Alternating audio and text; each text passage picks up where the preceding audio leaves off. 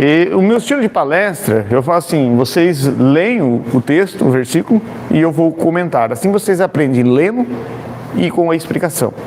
A questão é, será que a ciência e a Bíblia são inimigos? Eu pego a Bíblia, a palavra de Elohim, um livro antigo, será que a Bíblia e a ciência são inimigos? Será que eu tenho como provar que a Bíblia é a palavra do Criador? Ou será que eu tenho que acreditar nela como palavra do Criador dentro de uma fé cega? Tudo bem, é por amor, pela fé, pronto. Bom, a questão é que nesse livro eu provei que a Bíblia é a palavra de Deus e que o Yeshua, Jesus é o Messias. Yeshua é o nome de Jesus em hebraico, Yeshua. Que Jesus é o Messias através das profecias messiânicas. Então, vamos aos fatos. Vamos ler lá? Todo mundo junto, pode ler. Estende os céus do norte sobre o espaço vazio, suspende a terra sobre o mar.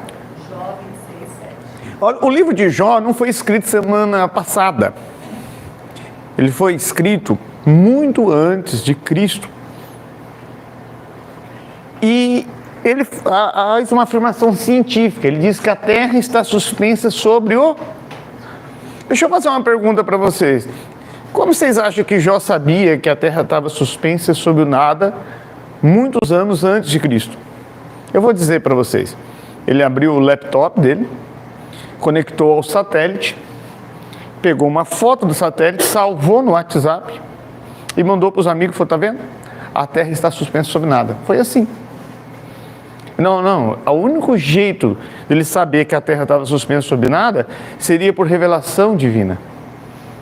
Se essa aqui fosse a única afirmação científica que a Bíblia fala, e aconteceu, então nós podíamos dizer assim, não, nós temos um profeta na Bíblia, né, Jó, que simplesmente falou uma profecia e uma afirmação científica e aconteceu, e daí? Não seria muita coisa. Mas o que a gente faz com 420? Eu encontrei 420 afirmações científicas que a Bíblia fez e que foram testificadas, todas assim. Vamos ver, eu sei que vocês vão ficar felizes em saber que eu não vou falar de todas as 420 hoje. Mas olha que coisa interessante, a Bíblia está correta. A terra está suspensa sobre nada? Sim, está suspensa sobre o nada. Vamos ler lá?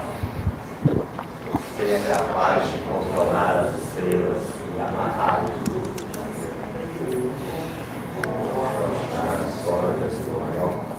Olha que esse homem era louco.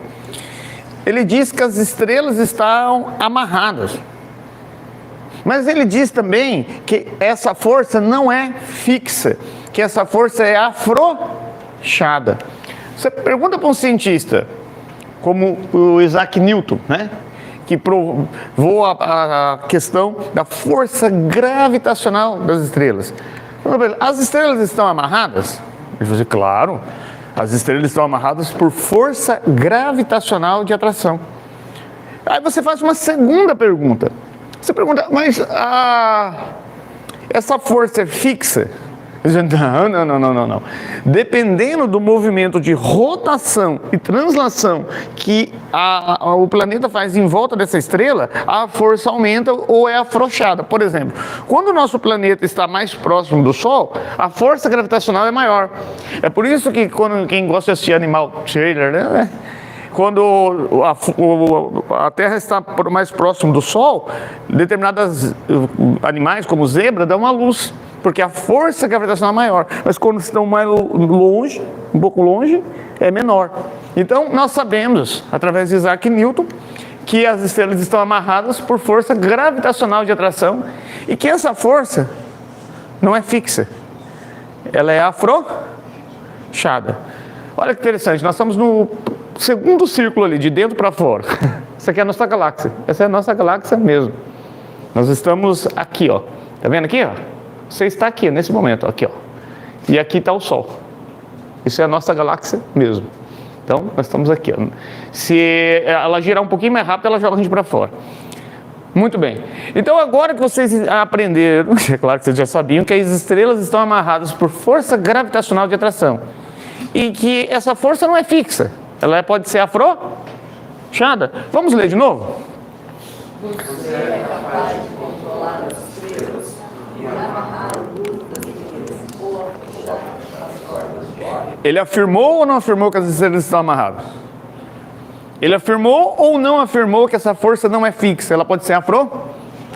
Como ele sabia disso, se não fosse por revelação divina? Não teria como saber, você não tem como inventar uma coisa dessa. Vamos ler lá?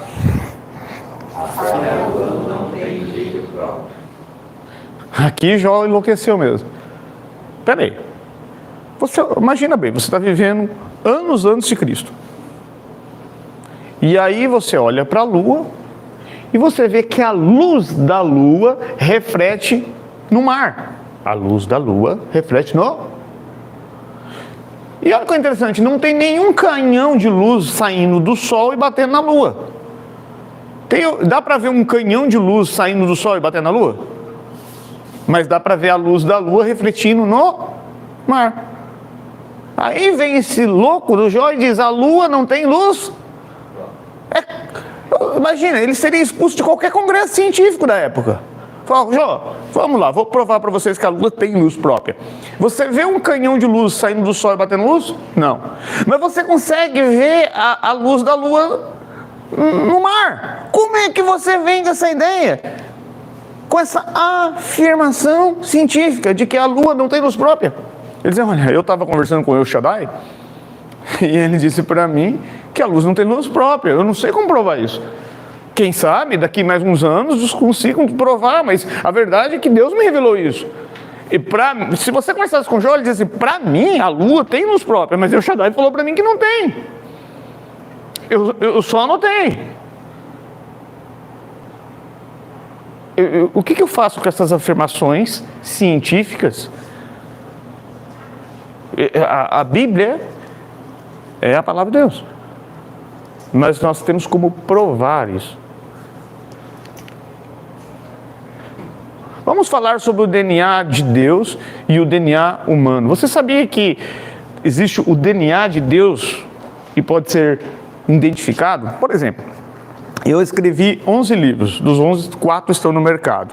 Todos os meus livros, como esse aqui, eles têm o meu nome. E quando alguém compra, eu autografo, coloco novamente meu nome. Quem faz, deixa o nome. Vamos ler o texto? A palavra de Deus é viva e poderosa, mais cortante que qualquer espada de dois gumes, que penetra entre a alma e o espírito, entre a junta e a medula, e traz à luz aos pensamentos e os desejos mais íntimos. Sabe o que é? A carta aos Hebreus, que está na Bíblia, diz que a informação, palavra, é informação. A informação que vem de Deus é viva. É que as pessoas leem a Bíblia como se lê gibi. Nós temos que ler a Bíblia com um olhar científico. Tem muita ciência na Bíblia. Ela diz que a palavra, a informação que vem do Criador, de Deus, é viva. E ela habita entre juntas e... Nós chamamos isso de DNA. Uma informação viva que habita entre juntas e medulas. Você chega para um cientista e diz, existe informação entre juntas e medulas? É claro, o DNA. Essa informação é morta? Fala, não, é viva. Fala, olha só, a Bíblia diz que a informação que vem de Deus, a palavra, é viva e ela habita entre juntas e medulas e ela não está parada, ela está em movimento. Ele está falando DNA, mas e o DNA de Deus? Como é que Deus cria todo esse universo e não deixa o DNA? Se eu pegar uma gota de sangue tua, tem que comprovar quem é teu pai e quem é tua mãe. Se Deus criou o universo, o DNA dele tem que estar na natureza.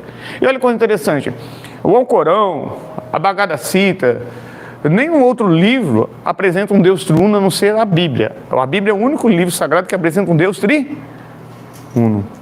E olha que coisa interessante, quando eu vou para a natureza, nós somos compostos, toda a matéria é composta de prótons, nêutrons e elétrons. Você é composto de prótons, nêutrons e elétrons. Essa cadeira é composta de prótons, nêutrons e elétrons. 3. a largura, altura e profundidade.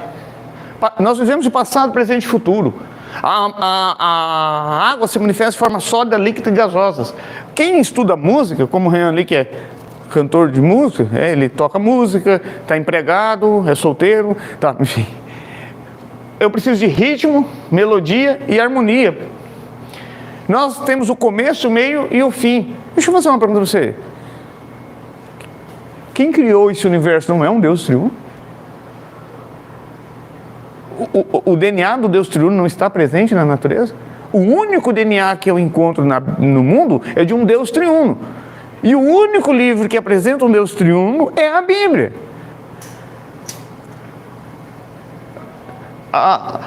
Vamos olhar um pouco para a medicina. Medicina obstetra. Vamos ler lá? Vamos lá, gente, ler? Porventura não me passaste como leite, e como queijo não me falhaste, de pele e carne me revestiste, e de ossos e nervos me revestiste. Olha bem, não parece que você está lendo um livro de Jó, parece que você está lendo um livro científico. Ele diz, tu me derramaste como um leite, ele está falando de ejaculação. Ele diz, me coalhaste como uma coalhada. Quando o esperma entra dentro do óvulo, a melhor maneira de mostrar a primeira fase é uma coalhada, porque o esperma entra no óvulo e faz quebra molecular. E ele disse uma coisa interessante aqui. Ele falou que de pele, qual é o maior órgão do corpo humano? A pele. Depois ele de carne, depois da pele vem as fibras de mielina que vai formar a carne, de ossos. Depois vem a cartilagem que vai se ossificar. E por último, os nervos. Veja bem, Jó capítulo 10, verso 10. Ele descreve fecundação e desenvolvimento embrionário na sequência certa. Na sequência correta. Como ele poderia fazer isso? Se não é a palavra de Deus. Então, tu me derramaste como um leite, me coalhaste como uma coalhada. De pele, ossos, tendões me revestiste. Deixa eu fazer uma pergunta. Teria como Jó saber disso, se não fosse por revelação divina? Como? No tempo de Jó ele ia falar de fecundação e desenvolvimento embrionário na sequência certa. Você pega um médico, obstetra e diz, deixa eu ler para você aqui. Se eu disser para você que eu fui derramado como um leite, coalhado como uma coalhada, e depois a primeira fase foi a pele, depois da pele veio a carne, depois os ossos, depois os nervos. Eu falei, correto, porque você primeiro é derramado como um leite, ejaculação, depois o esperma entra, tem a quebra molecular, depois vem as fibras de mielina por dentro dessa pele, essa película que vai ser a carne, depois vem a cartilagem que será o osso, e por último, em cima desse osso vem os tendões. Agora vamos ler de novo?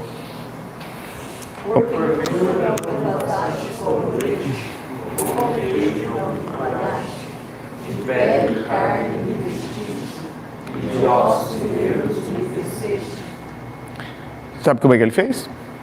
Ele pegou uma mulher que tinha acabado de engravidar, colocou numa ultrassom, foi fazendo tomografia, foi fazendo ultrassom, foi acompanhando. Foi assim.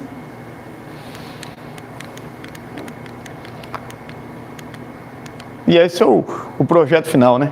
Aqui, ó. O resultado final. Vamos ver. Vamos ler lá? Examine-me, Senhor, e prova-me, esquadrinha os meus rins e o meu coração. Se você ler o livro de Salmo, ele fala muito de rim ligado à emoção. E isso foi criticado. Durante muitos anos eles dizem, muitos salmos, você pode conferir na Bíblia, vários salmos ligam o rim à emoção. Eles falam, todo mundo sabe que a emoção está ligada só ao coração. Você abre a Bíblia está errada. Porque toda hora que você abre lá, está ligado a emoção do meu rim, avalie meu coração e meu rim e os meus sentimentos, sempre ligando o rim ao sentimento. Olha que coisa interessante. Você conversa com um endocrinologista. O que está mais ligado à emoção? O coração ou o rim? Ele vai dizer, claro que é o rim. Por isso que quando você vai dialisar um paciente que cai na diálise, ele cai em depressão. Porque o coração nada mais é do que um músculo miocardiano que responde a um excesso de adrenalina ou dopamina no teu organismo. Mas ele é um músculo. Agora o rim não. O rim ele tem uma glândula que produz uma célula, que essa glândula, que está diretamente ligada ao teu humor, que está diretamente ligado à emoção. O rim está muito mais ligado à emoção do que o coração. Olha que interessante. A Bíblia diz isso. Como é que o salmista sabia disso? Imagine bem, salmista, vem aqui. Quando você fala que o coração está ligado à emoção, é claro, o jovem lá solteiro, lá, igual o Rian, né? Está ali solteiro, vê uma moça, o coração dele, né? Dispara, a emoção. Aí até é fácil ligar o coração, a emo. Mas veja, quando você fica emocionado, teu rim bate mais forte? Ele diz assim, não, presta atenção numa coisa. Eu não sei que o rim está ligado à emoção. Eu estava conversando com o El Shaddai, um Deus Todo-Poderoso, e ele me disse que o rim está ligado à emoção. Eu não sei como provar isso. Eu não sei. Ele me falou, eu anotei. Quem sabe daqui mais uns anos consiga provar isso? Hoje qualquer endocrinologista vai dizer para você, o teu rim é mais responsável do teu coração, da tua emoção do que tudo. Se você tiver hoje um problema cardíaco, isso pode não afetar tanto a sua emoção. Se você tiver um problema renal, cair numa diálise, isso vai afetar diretamente as suas emoções. Ali está a glândula renal escrita. Então, primeiramente, com esse livro, eu provei que a Bíblia é a palavra de Deus e que Jesus é o Messias. Um livro desse custa R$60, é um lanche. Você, com esse livro, você vai provar para a pessoa que a Bíblia é a palavra de Deus e Jesus é o Messias. Você dá de presente de Natal para uma pessoa, você pode levar uma pessoa a entender realmente a Bíblia. Agora, segunda fase do livro. Vamos ler lá?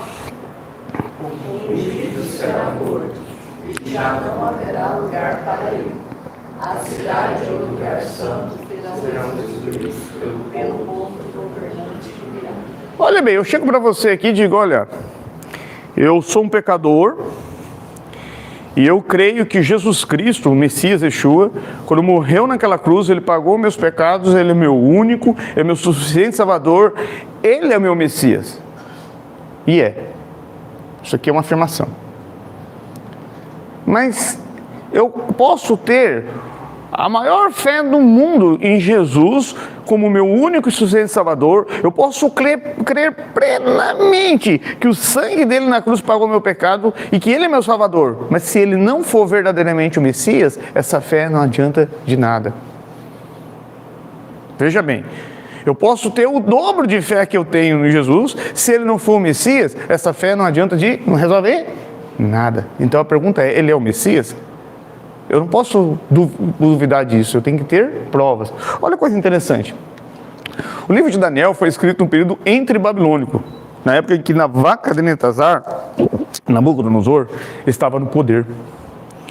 E ele disse uma coisa que não fazia sentido para a época. Ele conversando com o anjo revelou a ele o seguinte, que depois da morte do ungido, ou seja, o Jesus, o Messias, ungido aqui é o Mashiach, no hebraico, seria destruída a cidade e o lugar santo, o santuário, o templo. Imagina você conversando com o Daniel. Daniel, você está louco? Vem aqui. Vamos entender o que Daniel e veja como não fazia sentido o que ele disse. A cidade e o santuário, o templo em Jerusalém, estava destruído na época em que Daniel registrou isso. Então imagina você conversando com o Daniel. Daniel, você sabe que a cidade de Jerusalém e o templo que você está falando está destruído? Ele diz, sim, eu sei, nós estamos aqui no cativeiro babilônico, Nabucodonosor poderoso, ele mesmo mandou destruir. Mas olha o que você falou, que depois da morte do Messias, será destruída a cidade e o santuário. Mas a cidade do santuário está destruída, isso não faz sentido. Ele diz, então nós, Israel, o nosso povo judeu, vai ter que sair do cativeiro, reconstruir a cidade, reconstruir o templo. O Messias tem que vir, tem que ser destruída a cidade e o santuário de novo, para que isso se cumpra. Ele diz, mas isso não vai acontecer nunca. Olha que interessante, o povo judeu foi libertado pelos persas, lembra? Os persas ganharam a guerra do Babilônia. E o povo judeu foi libertado. Os profetas do pós-babilônico, Esdras, Neemias, Ageu, reconstruíram o segundo templo. O Messias veio, ele pregou ali no templo, ele foi apresentado no templo após o seu nascimento. Ele, aos 12 anos, estava pregando ali no templo. Depois ele fez milagres e cura ali. E ele morre no ano 32, não 33, ano 32, é o que está na Bíblia. E aí ele acabou de morrer, veio o imperador Tito e destruiu a cidade e o santuário entre o ano 60 e 79. E a Bíblia diz que se as pessoas se calarem, as pedras falarão. A arqueologia é pedra falando.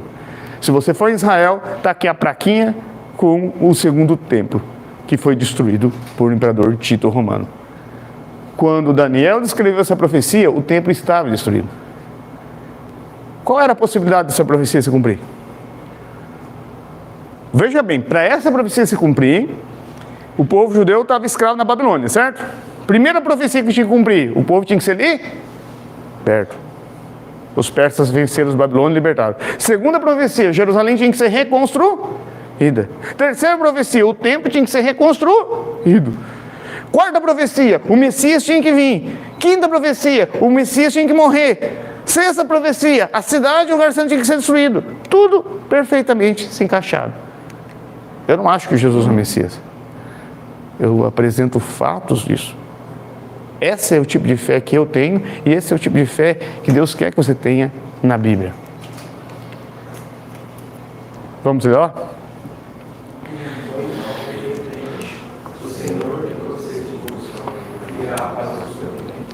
Isso aqui não fazia sentido nenhum. Esdras e Malaquias é a mesma pessoa. Se você ler a sua Bíblia, na entrada, pega o livro de Malaquias e lê um comentário, vai estar escrito assim: não sabemos muita informação sobre esse profeta. A resposta é porque não perguntamos para um judeu. A questão é que Esdras e Malaquias é a mesma pessoa, ele chamava Esdras Malaquias. Então o primeiro livro dele colocou Esdras, o segundo é Malaquias, só isso. E Esdras Malaquias profetizou no período pós-babilônico, ou seja, na época ele estava reconstruindo o segundo templo. E olha o que ele disse: que o Senhor, Yud-Javé, ou seja, o Messias, entraria naquele templo, viria para aquele templo. Olha que coisa interessante. Vamos supor, como é o seu nome mesmo? Aleph. Vamos supor que o Aleph chega para nós aqui e diz: eu sou o Messias. Fala, tudo bem, nós não vamos duvidar do Aleph aqui, vamos primeiro fazer um teste. Aleph, quantos anos você tem? 20? 15. É por isso que, olha bem, o Aleph, por que o Aleph não pode ser o Messias? Porque o verdadeiro Messias tinha que entrar no segundo templo. Ele não tinha que entrar no segundo templo? E o segundo templo foi destruído em 69 para 70 depois de Cristo. Então qualquer candidato a Messias tem que estar de 70 para trás. Ele marcou a data. Falou: me desculpe, você está 2000 anos atrasado. Então se alguém chegar para você e dizer assim: Jesus não é o Messias, fala, então você vai ter que pegar a data de 70, que o imperador Tito Romano destruiu o templo, para trás e achar alguém que é o Messias. Porque o verdadeiro Messias tinha que estar no segundo templo. E não pode ser muito para trás, porque muito para trás o primeiro templo de Salomão já tinha sido destruído. Então ele marcou a data em que o Messias viria. Agora vamos observar a referência do endereço. Você sabia que Deus deu um GPS para Malaquias? O profeta Malaquias profetizou 740 anos antes de Cristo. Na época do profeta, ele foi contemporâneo do profeta Isaías, na época do rei Uzias. E Deus deu para ele um celular com um GPS. E nesse GPS estava marcado o endereço profético, o endereço que Jesus nasceria. Vamos ler lá? Vamos, gente.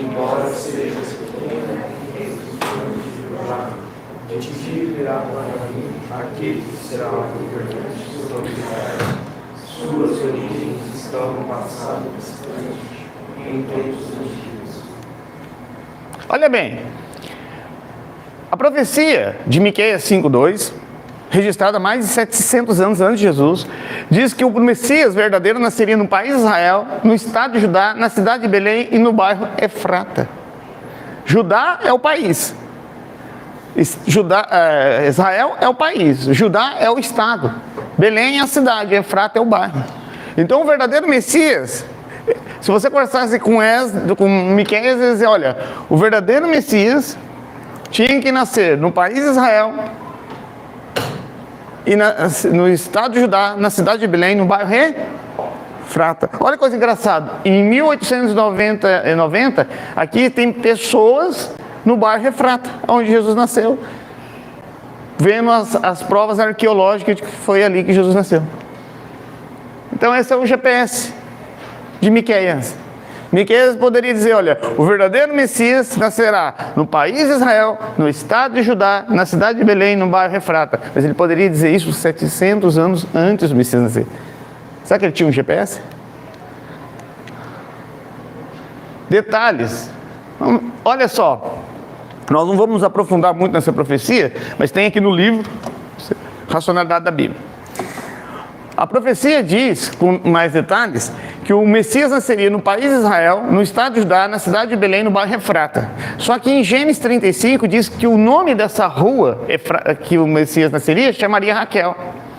E quando eu vou em Miqueias 4:8, diz que ele tinha que nascer debaixo da torre do rebanho, num aprisco. E quando eu vou em Ruth 4:11, diz que ele tinha que nascer exatamente onde Boaz e Ruth se casaram. E quando eu vou em 1 Samuel 17:12, foi ali que Davi nasceu e foi ali que ele foi ungido. Então o Messias tinha que nascer no país de Israel, no estado de Judá, na cidade de Belém, no bairro Efrata, na rua Raquel, debaixo da torre do rebanho, um aprisco. O que tem debaixo da torre do rebanho? Um aprisco. Exatamente no lugar onde Ruth e Boaz, bisavós de Davi, casaram e viveram, e exatamente onde Davi foi ungido e onde Davi nasceu e cresceu. Então, como os profetas sabiam disso? Nós estamos falando de livros escritos 740 anos antes. A gente fala 700 anos, as pessoas às vezes não refletem. Vamos lá. O Brasil tem basicamente 500 anos. 700 anos atrás, seria como se eu voltasse mais de muitos anos antes do Brasil ser um país. É muito tempo. E o profeta já sabia onde o Messias nasceria. Agora veja bem. Você pegou este livro e provou que a Bíblia é a palavra de Deus. O primeiro passo. O segundo passo, provou que Jesus é o Messias. Então, se você provou que a Bíblia é a palavra de Deus, através da ciência, e que Jesus é o Messias através das profecias, agora você pode abrir a boca e apresentar Ele como Salvador.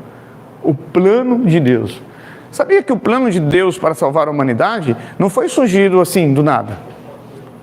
Vamos ler lá? Os dois versículos?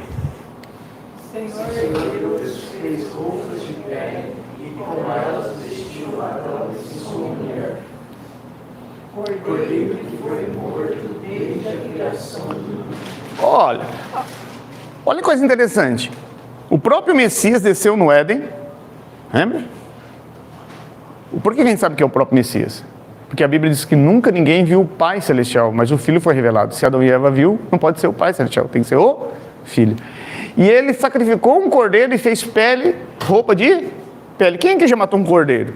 Você tira a pele de um cordeiro, é cheio de sangue. E aí então Adão e Eva saiu do Éden banhado pelo sangue do cordeiro. Em Apocalipse 13 é revelado que o primeiro animal a morrer no planeta foi um cordeiro. Aí ó, o primeiro animal que morreu no planeta foi um cordeiro.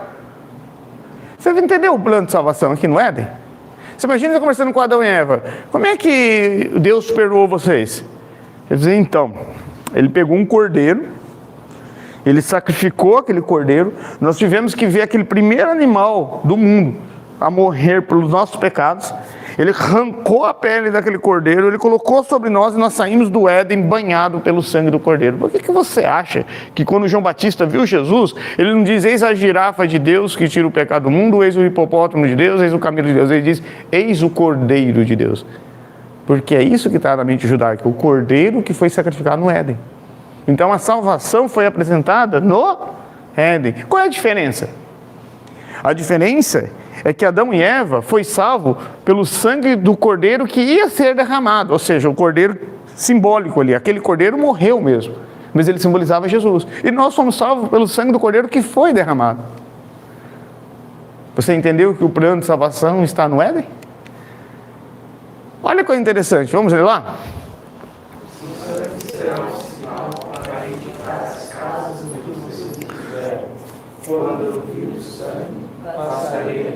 Olha que coisa interessante, Páscoa é passar por cima. Quando você fala para uma pessoa assim, Feliz Páscoa, sabia que você está falando feliz passar por cima de você? É isso. Se eu falo para ele assim, ó, Feliz Páscoa, é feliz passar por cima. Shaná, Pesach no hebraico. Pesach é passar por cima. Parece uma coisa arrogante, né? Feliz passar por cima de você. Mas é isso que você está falando. Shaná, Pesach, Feliz Páscoa. Mas o que é isso? Deus falou para Moisés, olha, vai sacrificar o cordeiro, vai pegar o sangue do cordeiro, vai passar em cima da porta.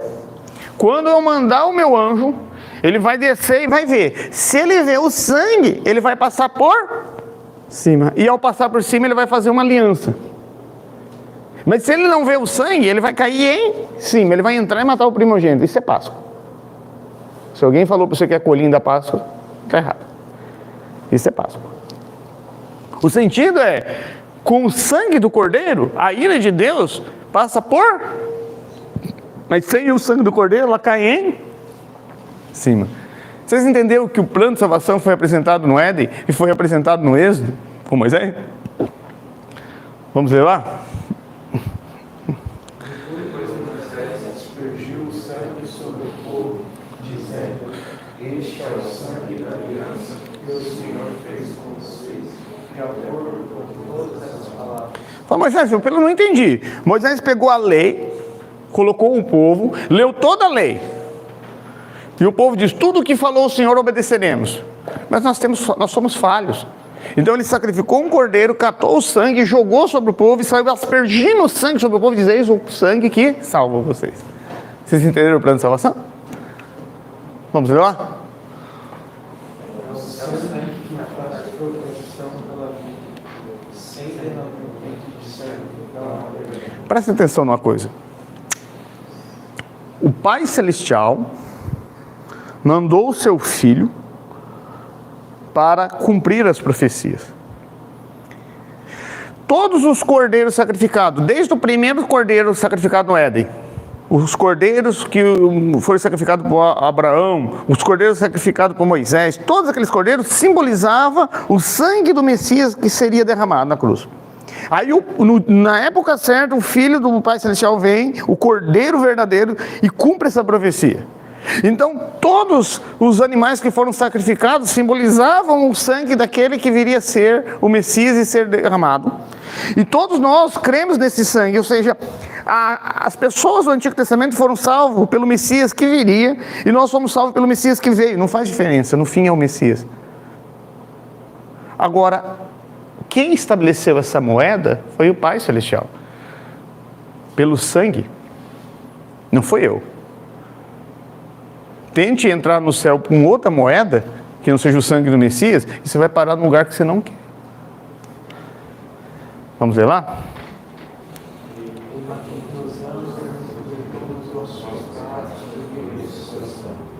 Oh, ele que nos ama e nos libertou dos nossos pecados por meio do seu? Então vamos raciocinar. Para que servem as boas obras? Vamos entrar nessa questão rapidamente. Eu tenho absoluta certeza e prova que a Bíblia é a palavra de Deus, e consigo provar isso para qualquer pessoa. Tenho absoluta certeza e prova que Jesus é o Messias, e consigo provar isso para qualquer pessoa. E tenho absoluta certeza de que o Messias me salvou com o seu sangue. Mas uma pessoa, mesmo tendo essa certeza, ela continua sendo pecadora. Por 3 motivos. Nós temos uma natureza adâmica, que vem do nosso pai comum, Adão. Nós moramos num mundo contaminado, do qual nós mesmos contaminamos. E nós temos um mundo espiritual caído que é contra nós. A Bíblia diz que Satanás anda ao nosso redor, rodeando, tentando tragar. Então o que eu tenho que ter em mente é que se o pré-requisito para ser um salvo pelo Messias for parar de pecar, quem é salvo? Eu não parei de pecar. Mas o pré-requisito para ser salvo pelo Messias não é parar de pecar. O pré-requisito é quando a pessoa verdadeiramente crê que o sangue do Messias o salvou, que ele tem provas que a Bíblia é a palavra de Deus e Jesus é o Messias, e que mesmo sendo um pecador e continuando sendo um pecador, mas ele reconhece que ele errou. A Bíblia diz que a fé sem obras é morta. Olha que coisa interessante, a Bíblia não diz que você é salvo pelas obras. A Bíblia diz que a fé sem obras é morta, porque você mostra a fé pelas obras. O Tiago disse o seguinte na sua carta: mostre-me sua fé sem obras, que pelas obras te mostrarei a minha fé. Ele diz, mostra-me sua fé sem obras, que pelas obras eu serei salvo. Não, ele diz, mostrar.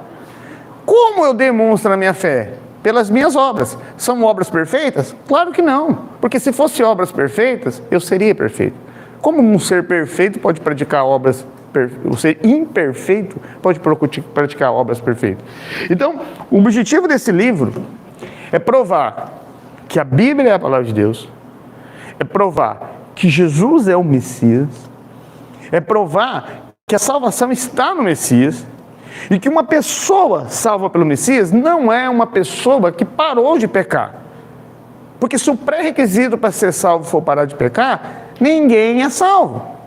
Mas é uma pessoa que demonstra a sua fé pelas obras, uma mudança, uma atitude correta de acordo com a vontade de Deus, mas jamais será uma atitude perfeita, porque são pessoas imperfeitas. E quando erra, pede perdão, tendo a certeza que o sangue do Messias o salvou. Então veja bem, se eu vou lá no purgatório, eu expurgo o meu pecado e aí eu vou para o céu, eu preciso do Messias?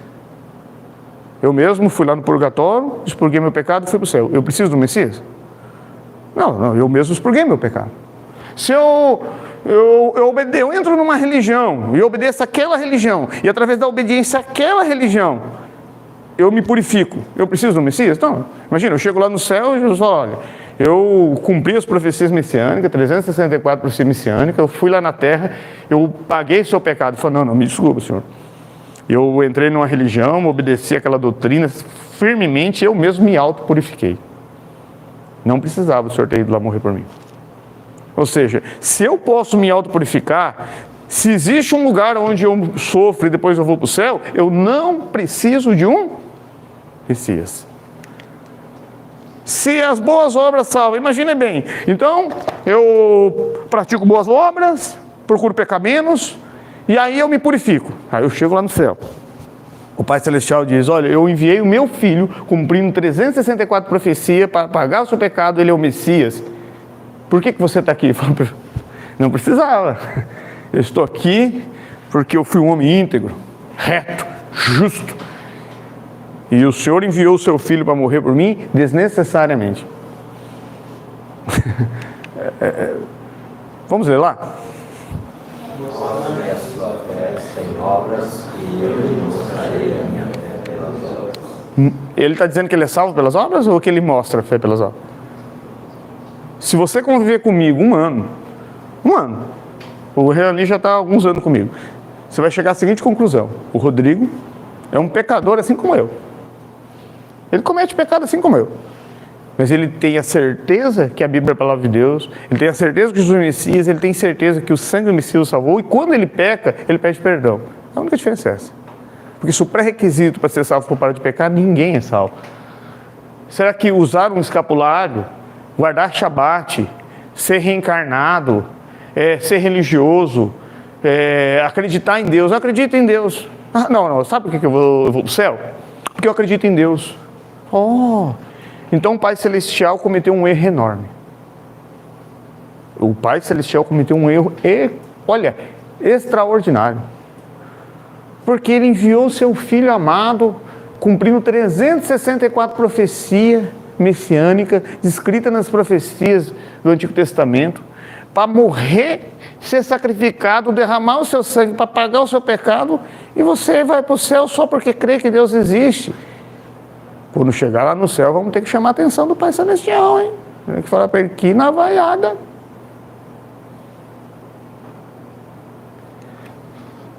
Então, sim, nós somos salvos e o que nós estamos falando aqui é uma coisa muito séria, é de vida eterna, acredite. A vida aqui, nessa terra, é curta, mas a eternidade é longa. Nós temos que aproveitar assim a vida. A Bíblia diz que não despreza a sua juventude. A Bíblia diz claramente, busca aquilo que o seu coração deseja, ó jovem, porém sabendo que de tudo prestará conta a Deus. A Bíblia não condena a viver bem. Não, ela só coloca regras. A diferença é que o sábio, ele olha para as regras bíblicas e ele vê uma cerca espiritual que está ali para protegê-lo. E o tolo olha para as leis bíblicas e vê uma cerca que está ali para coagi-lo e não para protegê-lo. As leis que o Senhor criou, por exemplo, não furtais. Você imagina se não tivesse roubo no nosso mundo? Não adulterarás. Imagina se não tivesse adultério. Quantas famílias estão destruídas por causa de adultério? Então, as cercas, a doutrina bíblica, 100% bíblica, os mandamentos divinos bíblicos, são cercas espirituais que estão ali para nos proteger. Mas o que acontece é que as pessoas falam, que bobo, você é um jovem, você vai lá seguir a Bíblia? Aí você vai perder a sua juventude. Não, você vai viver a sua juventude como a Bíblia diz para viver. Você vai ser feliz, gente. Você vai ser feliz. Você pega no carnaval. Eu fui pregar no acampamento de carnaval, ali em Jardim, juntou o pessoal de Bonito, Jardim Maracaju, todo ano tem um acampamento. Eu olhei para aqueles jovens e falei, gente, você sabia que no momento desse, eu que trabalho na área de gerenciamento hospitalar, tem jovem lá usando droga, desmaiado, louco, prostituindo, pegando DST, doença sexualmente transmissível, engravidando fora do tempo, estragando a vida, fazendo loucura, morrendo, empinando moto, fazendo gracinha, louco, sendo preso. Você sabia disso? E vocês estão aqui ouvindo a palavra de Deus e cantando um hino a Jesus? Você sabe o que é isso? É que vocês identificaram a Bíblia como uma cerca espiritual que estão aqui para proteger vocês. E aqueles lá identificaram a Bíblia como uma cerca que estava ali para coagi-los. E a Bíblia diz que aquilo que o homem planta, ele colhe. Você não pode plantar giló e colher quiabo. Você planta, você colhe o que planta. Então, se você hoje, olha, eu vou seguir a Bíblia como palavra de Deus, eu vou seguir o Messias, você vai ter muitas coisas que você vai querer fazer, você vai dizer, não, eu não posso, a Bíblia diz que não. Tem um dinheiro fácil aqui, pega, a Bíblia não, a Bíblia diz que roubar é pecado. Tem sexo fácil a qualquer preço, faça o que você quiser, não, a Bíblia diz que eu preciso casar, que eu preciso ser reto, justo. Mas essa atitude tua de segurando vai evitar que você sofra muito, que você evite muitos males lá na frente. Então, sim, a Bíblia é a palavra de Deus, Jesus é o Messias, e olha que coisa interessante. Gente, vou ser bem sincero, você pega um livro como esse, tá aqui? Aqui, Olha, R$60 você compra um lanche hoje. Um lanche, você vai ali na esquina e compra um lanche. Esse livro, eu provei que a Bíblia é a palavra de Deus, que Jesus é o Messias. Você já parou a pensar que não pode ter um presente de Natal melhor do que esse para você dar para uma pessoa? Você chega para a pessoa e diz, olha, está aqui, eu vou te dar de presente de Natal um livro que vai provar para você que Jesus é o Messias. E é isso que nós podemos fazer. Eu criei um grupo para vocês, eu tenho um ministério que todo dia eu posto 1 ou 2 versículos bíblicos explicando, eu mando para eles, eu vou colocar vocês nesse grupo, e eu vou mandar para vocês nesse grupo, e vocês vão estar recebendo materiais diretamente de mim, gratuito, eu não cobro. É contra a tradição judaica, porque a tradição judaica diz que se você é bom numa coisa, nunca faça de graça. Muito bem. A tradição judaica diz, se você é bom em uma coisa, jamais faça de graça. Mas isso aí eu faço de graça, eu vou contra a tradição judaica. Muito bem. Mas enfim, meu desejo é que vocês tenham compreendido, e eu vou abrir para perguntas aqui. Shalom aleichem a todos. Muito obrigado.